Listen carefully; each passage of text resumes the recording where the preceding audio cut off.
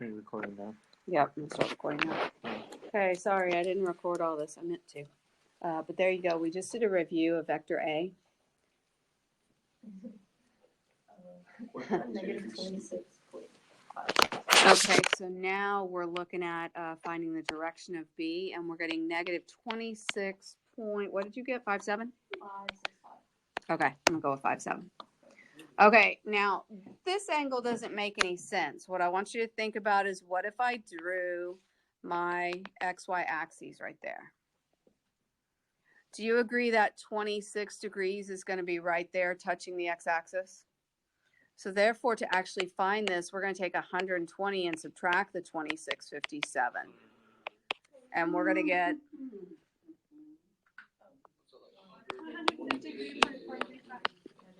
Okay. Now, does that make more sense? And of course, then they could add northwest to this.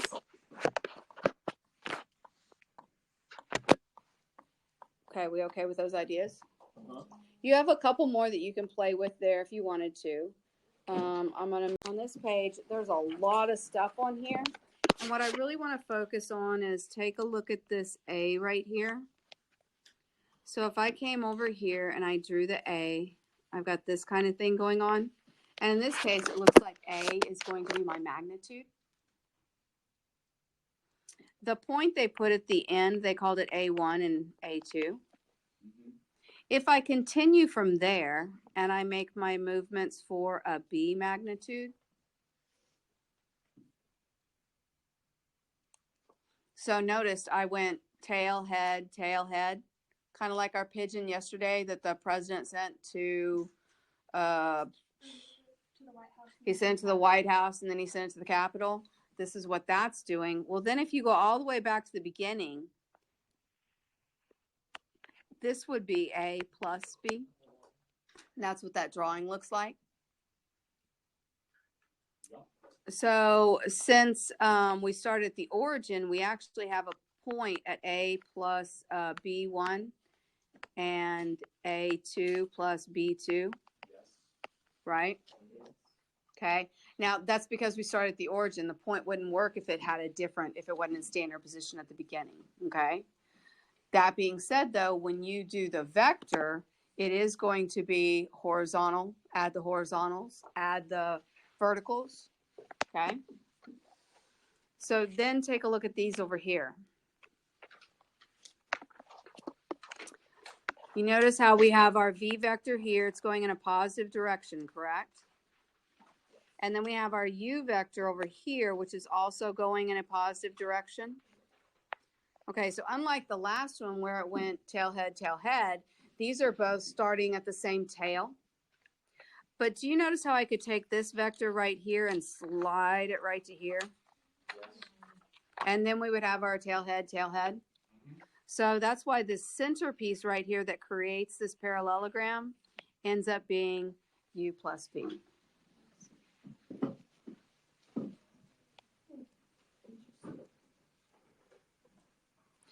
If you look at the parallelogram below, you're going to notice now we have our first negative, right? This U is going in a negative direction. But if I were to take that and move it up here, do you agree it would be going tail, head? Therefore, making this, adding V plus negative U. It's still adding, right? This is still doing U plus V, but U happens to be negative. Does that make sense? So we could say this is V plus negative U. And that's the same thing as the V minus U. We okay with that? Okay. Okay, so then let's look at this beauty. Scalars. I can take any vector and I can do a scalar. So for example, they have a vector here. And so I've drawn here, if I draw my vector, I'm going to call this vector A. Okay. If I wanted to do a scalar by 2, all that means is, okay, I've doubled its length. We okay with that? So you'll notice to get to A, all you do is literally multiply each horizontal movement and each vertical movement. Yes. Okay?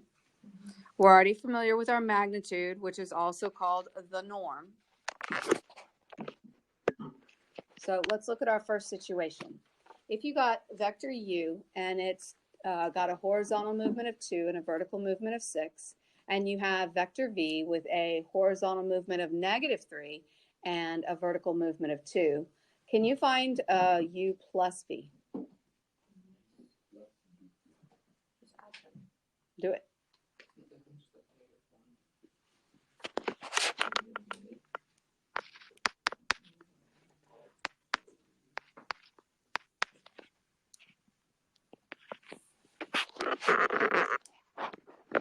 So we would add our horizontal movements, we would add our vertical movements.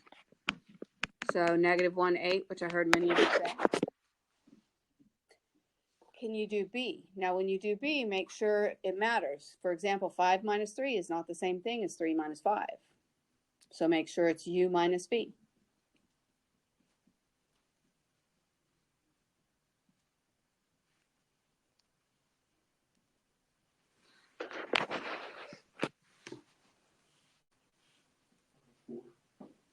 I hear a 5, 4. Yeah. Everybody agree with that? Okay, so now we can do both of those. Now can you do a scalar? I hate Pop-Tarts, I just don't do that. Why would you keep it? Because you're being a dick.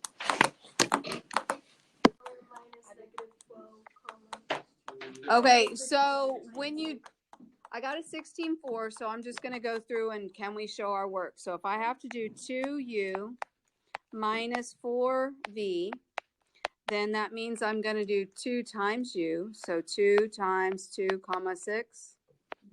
And then I'm going to do minus 4 times -3, 2. And then I could go ahead and put 16.4 from there. So do you have to how you like added and subtracted inside the No. alligators?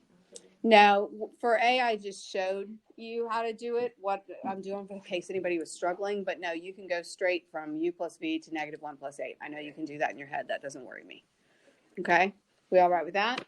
Yes. Okay, so then it says, if a directed segment drawn from point 23, notice this is in parentheses, this is a point, to point Q, which is 5, 8, describes a vector PQ. Can you find the equivalent vector? Or no. Can you find the vector PQ?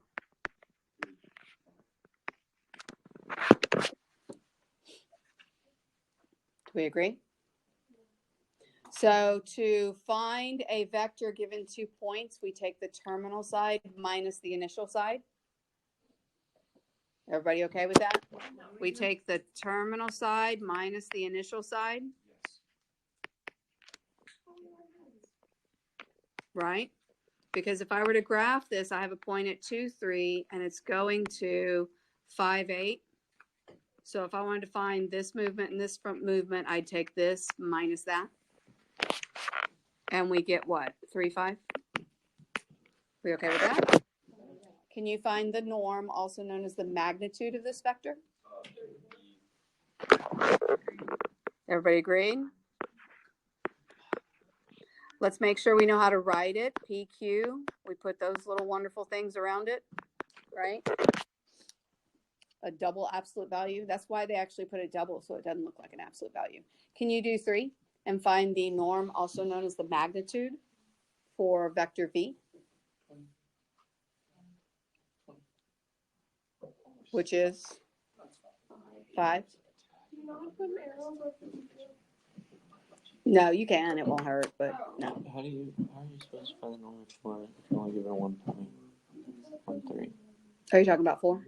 Talking about 3. You're not given a point as a vector. So that is your horizontal and vertical movement. Oh, okay. It's like 2 lines.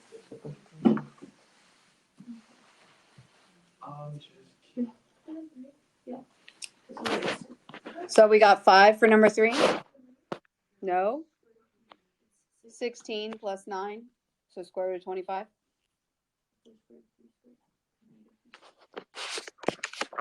Okay, so for the next one, I want to draw it so that we can understand how it comes about. Then after that, if you've got it just put in your head of this is how you get it, that's fine. So if I were to draw this, I've got a magnitude of 10 and I've got a degree of 30 degrees. If I want to find the vector, I want to find the x and y, correct? So how do I find the x and y based on that drawing? SOHCAHTOA. Be more specific. Oh, God. Oh. You know that 10 squared is 100 and 36 plus 64 is 100. So it's small a. So cosine 30 equals, yeah, but I want to get this part down too. I agree with you. Cosine 30 equals what? Adjacent over hypotenuse. So x over 10. So therefore, x equals 10 cosine 30. Do you agree? Okay, so when given the magnitude and the direction, we can literally just say y equals magnitude sine 30. Do you see how we got it from the drawing though? No.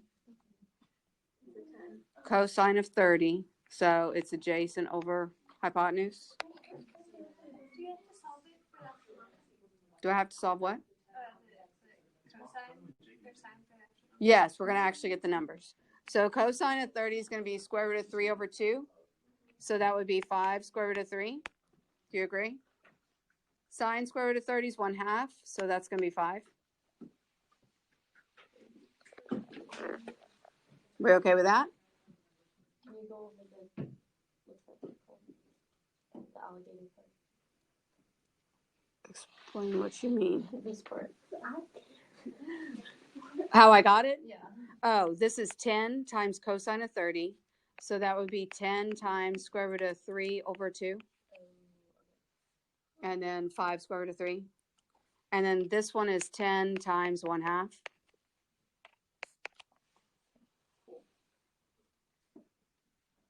So anytime they give you magnitude and the degree, then you can just take the magnitude times cosine of that degree to get the x variable and or the horizontal movement.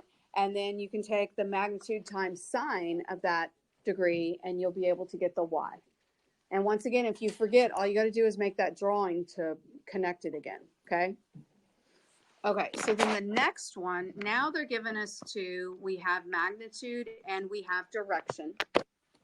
And they want the resultant vector. So when you go back over here and we think about this vector right here, that's what we're looking for. We're looking for that a plus b. Okay, so as I go back, they gave me C. They gave me the magnitude and the direction for C, and they gave me the magnitude and the direction for D. So could you set up C plus D?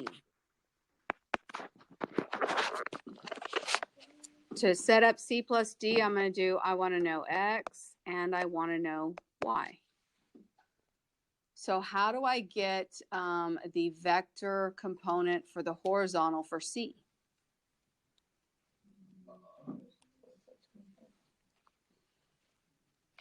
They gave us the magnitude and the direction. So 6 cosine 25. And then whenever we add vectors, don't we just add the horizontals and add the verticals? So then I can keep going and I can do D. So what is D? 4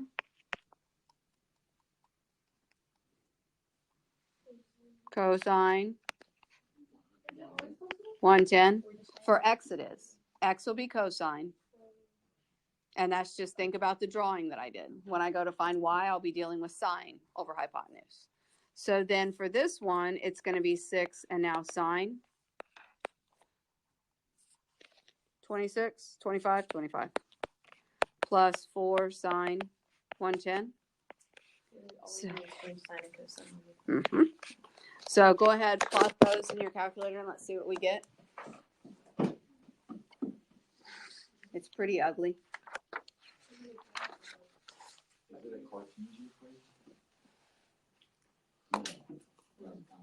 We're in vectors. Totally. Totally. We're finding horizontal movement and vertical movement, which would then give us our vector. So did you get like 4.0698? Wait,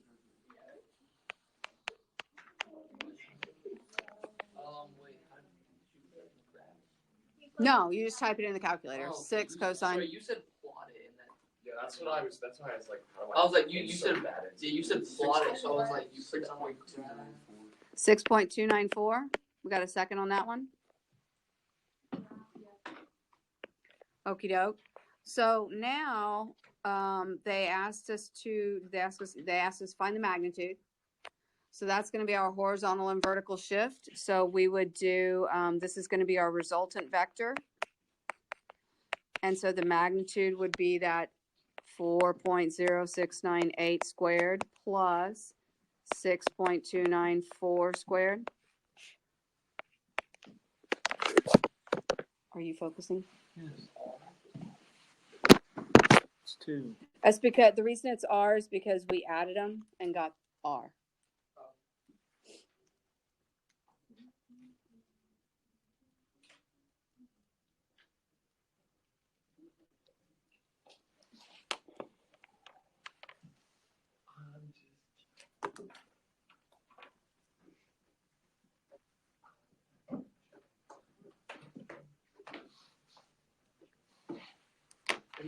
Okay,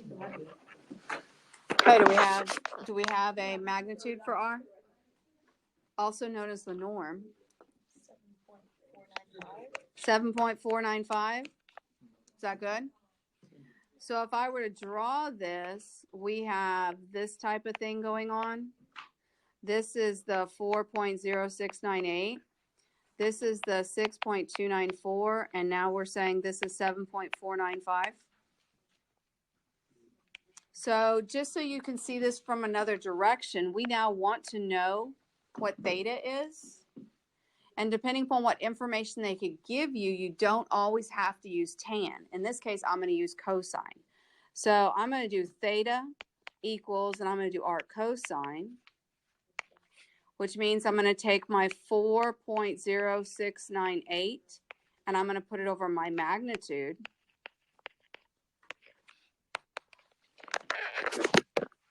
So if you have your magnitude and a side, then you could find the direction, right? Would it be wrong if we did 10?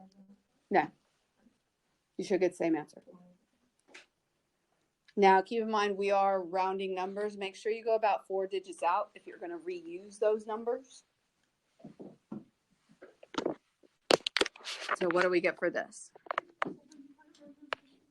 57.1118.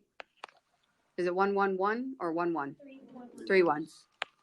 Okay. So now looking at our drawing, does that make sense? Because this would put it going northeast. Is ours going northeast? Okay. So that makes sense. We good with that? That's probably just has to do with what got